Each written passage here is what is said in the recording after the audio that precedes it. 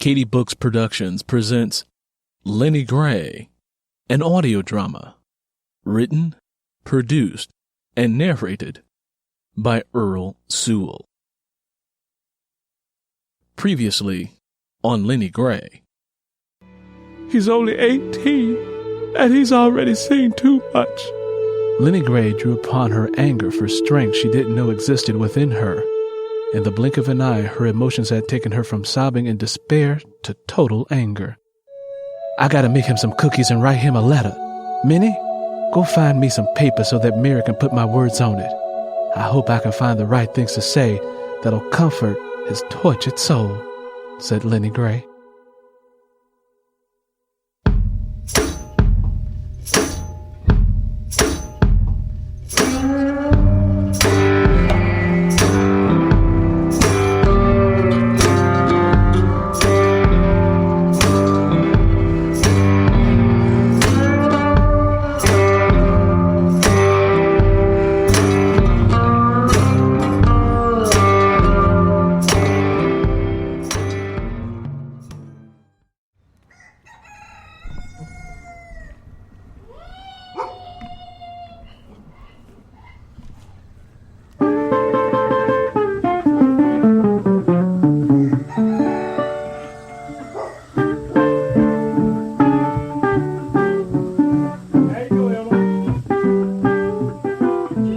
Lennie Gray exited Mr. Bettis' old store, making sure that the flimsy screen door did not slam shut. She raised a Coca-Cola she had purchased to her lips and enjoyed the taste as she drank it slowly. She leaned her shoulder against the post and watched Sonny Boy, John, the one-armed gravedigger, Bunchy, Curly, and a few others. They were sitting on chairs and discarded milk crates, drinking hard liquor, singing blues songs, and sharing the only things they had in common, misery and torment. Lennie Gray heard the screen door open behind her and saw Roy Bryant step out from inside. When he walked past, he palmed her butt and gave it a hard squeeze. Lennie Gray gasped, as if an ice cube had been dropped down her back. She met Roy's defiant gaze and a hard lip line that attempted to pass itself off as a smile. She wondered if he'd lost his goddamn mind. Your ass is round like Tansy Mays. You got something I like, gal, and I aims to get it, he said, as if he had every right to violate her the way he had done Tansy May. Lennie Gray felt her stomach turn and tossed a soda into a nearby trash can. Roy laughed as he continued onward. Lennie Gray looked over at Curly to see if he had noticed what Roy Bryant had done, but he had not. He was lost in moonshine and blues music. His drinking and having relations with her were the only things he cared about. Curly, are you coming home with me? We need to talk. Lennie Gray wanted to tell him what Roy had just done. She also wanted to spend time with him. She wanted to talk him into slowing down his drinking. Lennie, I'll be home when I'm good and ready. Can't you see I'm having a drink with my friends? Said Curly, to the complete amusement of Bunchy.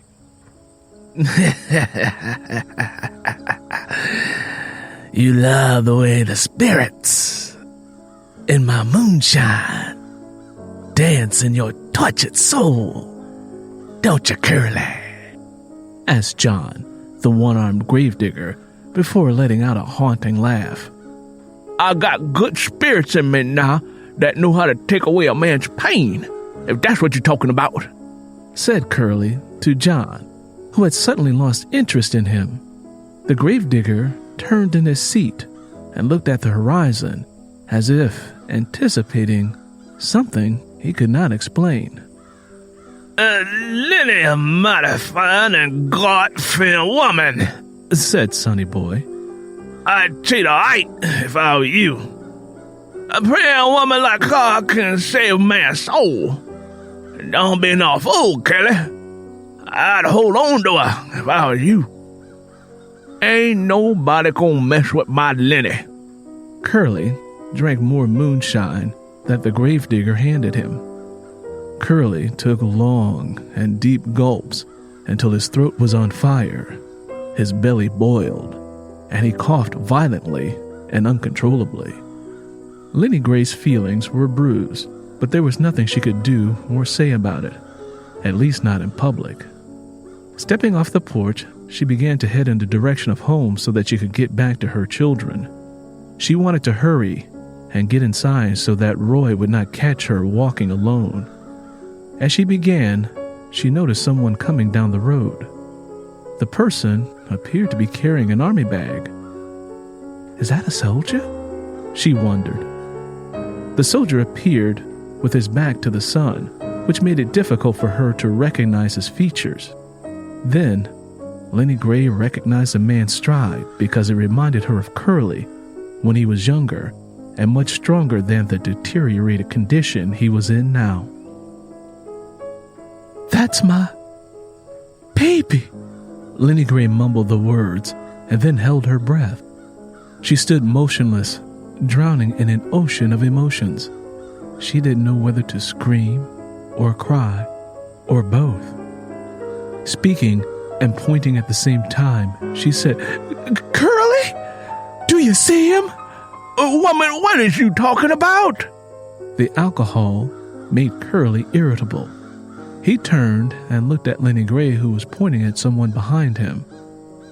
Curly turned in the other direction to see what she was pointing at. Oh, that's my boy. Curly's heart went into a sprint.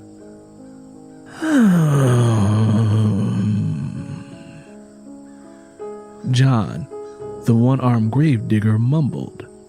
"How did that happen?" he asked, but Curly didn't hear him. He had already gotten up and was moving as fast as his bowed back and gout-infected toes could carry him. My boy's back. Curly, who suffered from back problems, trotted as best as he could towards his son, with his failing health reminding him of every step that he wasn't as strong as he used to be. "Hi, Daddy." Willie dropped his army bag and embraced his father. Lennie Gray was so overjoyed to see him that she sank to her knees, raised her hands and gazed toward the heavens, and started giving thanks while she prayed. I'm so glad you're back. You don't know how much we missed you. I knew you'd be just fine. I didn't know you were coming home today," said Curly. "Did they treat you good in the army?" Curly asked, as he took a long, good look at how official Willie looked in his uniform. "You look strong and important, son." Curly placed his crippled hand on Willie's shoulders. Helping his mother to her feet, Willie said, "I was treated okay." Once Lennie Gray was standing again, she looked up into her son's eyes and she saw something different in them. "No, they didn't. They didn't treat you good at all," Lennie Gray said. "It wasn't easy. I done seen and been through a lot. I seen so many things that people really shouldn't see," Willie admitted. "I know you have." Lennie Gray's voice was soft and empathetic. "It's been hard around here, too." There was a raw ache in her voice that was unmistakable to Willie. He had heard the sound in his own voice. Slumping his head between his shoulders, Curly said, "I'm so glad you come back. I really need your help out in the fields." Curly whimpered. He tried to hold on to the tide of emotions that had risen up from his belly, stirred in his heart, and lodged in his throat. He wanted to push those emotions back to where they'd come from, which was someplace deep down in his spirit, but he couldn't because the tide was too strong. Then, like the great flood of 1927, Curly's emotions turned into a river of tears and raw feelings. Curly's legs buckled and he fell to his knees. While there, he cried, coughed, and vomited all of the alcohol that his body had too difficult of a time processing.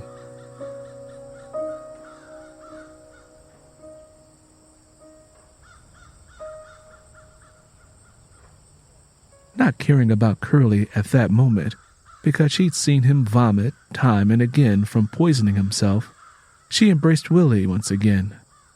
Lennie Gray placed his cheeks in the palms of her hands and studied every detail of his features. "I'm in one piece, Mama," Willie assured her. "I know, but I see something different in you. I can't put it into words, but I can tell." Lennie Gray paused. "Come on, and walk home and get out of the hot sun. I know you're burning up in that uniform." "I still got your clothes at the house," Lennie Gray said. Wait from it. Curly said tearfully. He was now sitting on his ass trying to stand up, but he couldn't do so without falling back down. He was too drunk. "Let me help him get back home," Willie said. Lennie Gray picked up Willie's army bag and slung it over her shoulder. "Ma, I'll get that. It's too heavy." "Boy, please. I've carried children heavier than this bag," she said, and began walking ahead of them.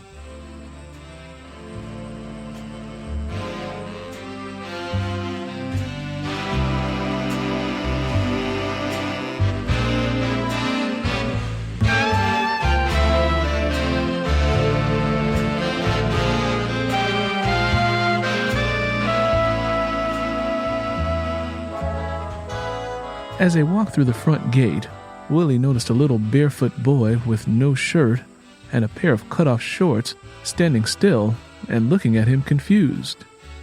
"Who is this here?" Willie asked.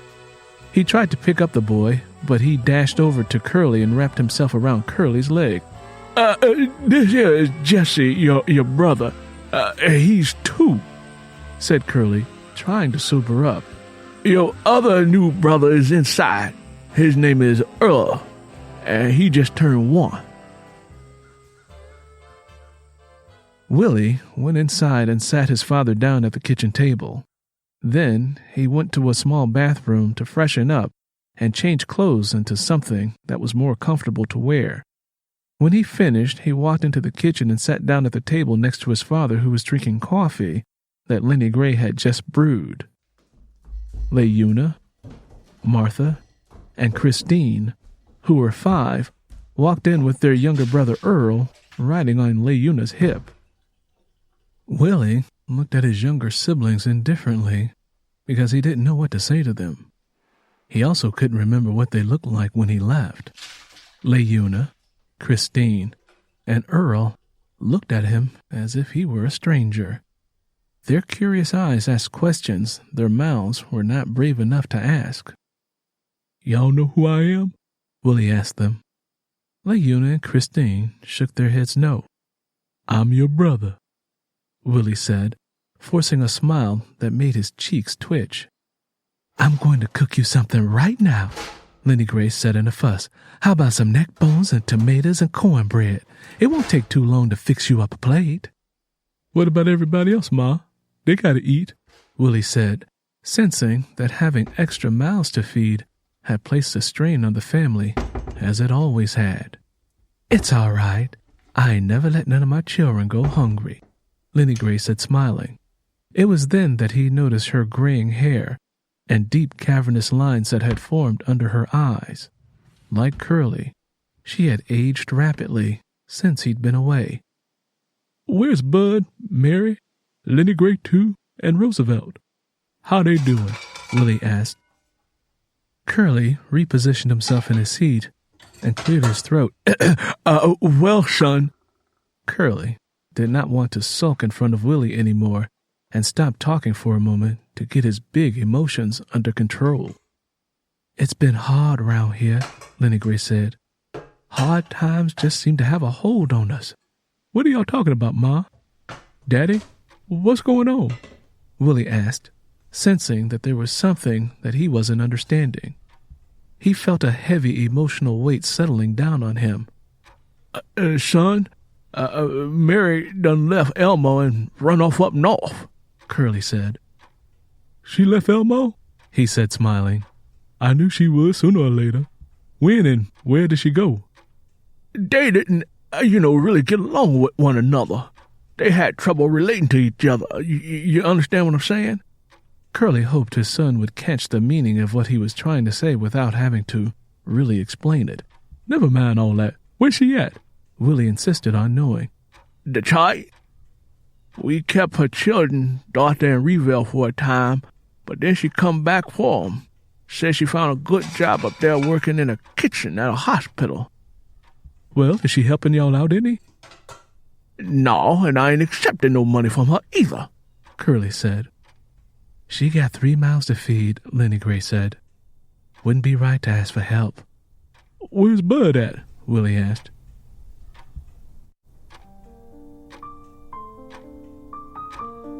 Gone, Curly whispered softly. Gone where? Willie asked. Well, son, after you left for the war, Bud had trouble dealing with that. You were like his better half. You helped to balance him out some because of his slowness and his stammer. He looked up to you, and with you being gone and all, he really didn't know what to do with himself. Bud was always trying to prove that he was normal and not slow on the uptake. You know how Bud is. He tries so hard to catch on to things, but his mind just don't latch on to stuff like most people. After you left, oh son, Bud started drinking and would do stuff to prove that he was brave like you because everybody told him that you was a soldier. And people around here were damned to do this and that, and Bud would try it. Most of the time, Bud would end up hurting himself real bad, but he would act like he was fine. Curly stopped talking, and the silence that hung in the air was heavy, like thick black smoke from a fire. Lennie, where's my moonshine? I need to calm my nerves. This coffee ain't doing me no good. Reluctantly, Lennie Gray moved around the back of Curly's chair and walked into the other room. When she returned, a short time later, she handed Curly his alcohol. Want some? He offered his son. No, Daddy. I don't do too good with that stuff. Makes me sick, Willie admitted. What your father hasn't told you is that Bud is in jail. Lennie Gray smeared away tears that had formed and trickled out from the corners of her eyes. Jail? What are you in jail for? Willie asked. Ross said he tried to rob General Store. Curly found it hard to say the words. Bud ain't no thief. Willie looked at the two of them. The sheriff come around and said he had a witness that said Bud robbed the store and took some money. Curly tapped his fingers against the table. Who say they saw him? Willie asked. Sheriff never told us. Just said that Bud had to come in for questioning. And son, we ain't seen Bud since. How long Bud been locked up? Willie asked as he began to feel his heart ache. Oh, Bud been gone 2.5 years now. Word around town is they put Bud on the chain gang. Daddy, me, you, and Grandpa Tom should go up there to see if we can get any information. Lennie Gray gasped and dropped a large spoon she had been cooking with onto the floor. Oh, son. Oh, this is so hard. Oh, there ain't no easy way to say what I gotta say next. Curly paused and then took long gulps of his moonshine to help keep him numb. He wiped his lips with the back of his hand. Just tell it, Daddy, Willie said. Grandpa Tom, Grandma Ida passed on last winter.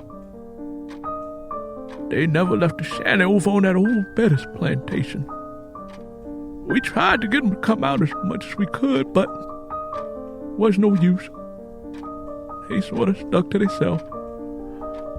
Both of them died in their sleep on the same night. They just died. Curly whimpered. Willie felt a deep ache in his soul. Let me have a little bit of that moonshine, Daddy, Willie said, because he knew that the alcohol would numb him out too. Roosevelt still around? Willie asked. I sent Minnie and Lennie Gray too to go get him. He down by the river fishing, Lennie Gray said as she began cutting up potatoes. He'll be happy to see you. Him and your daddy could use all the help they can get out in the fields. I can't take the heat out there no more. I have dizzy spells now. Willie sat still and attempted to process everything he was being told. A lot of people around here act like they gone crazy, son, Curly continued. Huh? Willie said, trying to clear the fog that was in his mind. You should see the way people leaving the fields. They hopping on trains and heading north and west and every which way and leaving everything they own behind. They just walking away from the houses that the government done built and everything. Why they walking away? Willie asked. Trouble, Lennie Gray uttered. The Klan been coming around and snatching people and throwing them in the river, and even stringing some folks up in trees. That's why I don't like Roosevelt going down there by the river. But your daddy gave him his old shotgun in case something happens. Willie groaned as if his soul was being pulled from his body. Are you okay, son? Are you sick? Curly asked. I'm just sorry to hear that people can't live in peace. So many of us black soldiers felt like we were fighting to prove ourselves worthy of being Americans. We thought that if we helped win the war, all that Klan stuff would stop. Son, Curly said, all you got to do is just stay in your place back here with us. I'll keep you safe. Willie held his head up and shook it disapprovingly. He wanted to say, like you kept Bud safe? But he didn't. He just knew that there was absolutely no way he could ever live the way his father was suggesting. He had traveled to other parts of the world. He served in both the European and Pacific theater. He had seen and experienced way too much. Tell him about the cotton, Lennie Gray said. Oh, it's a bad situation, son. Curly held his head down. I never thought I'd see a day when I couldn't make a living farming. I always thought, as long as I could work, we could make it. You're not making any sense, Daddy, Willie said. They got machines now that pick the cotton. They call it mecha sensation. I can't pronounce the word right. Let me put it to you like this. They got a big tractor that can do all the work. They don't need people out in the fields no more. Not like they used to. I keep hearing stories about the machine doing all the cotton farming, and it's just a matter of time before all of us poor black farmers will be pushed out.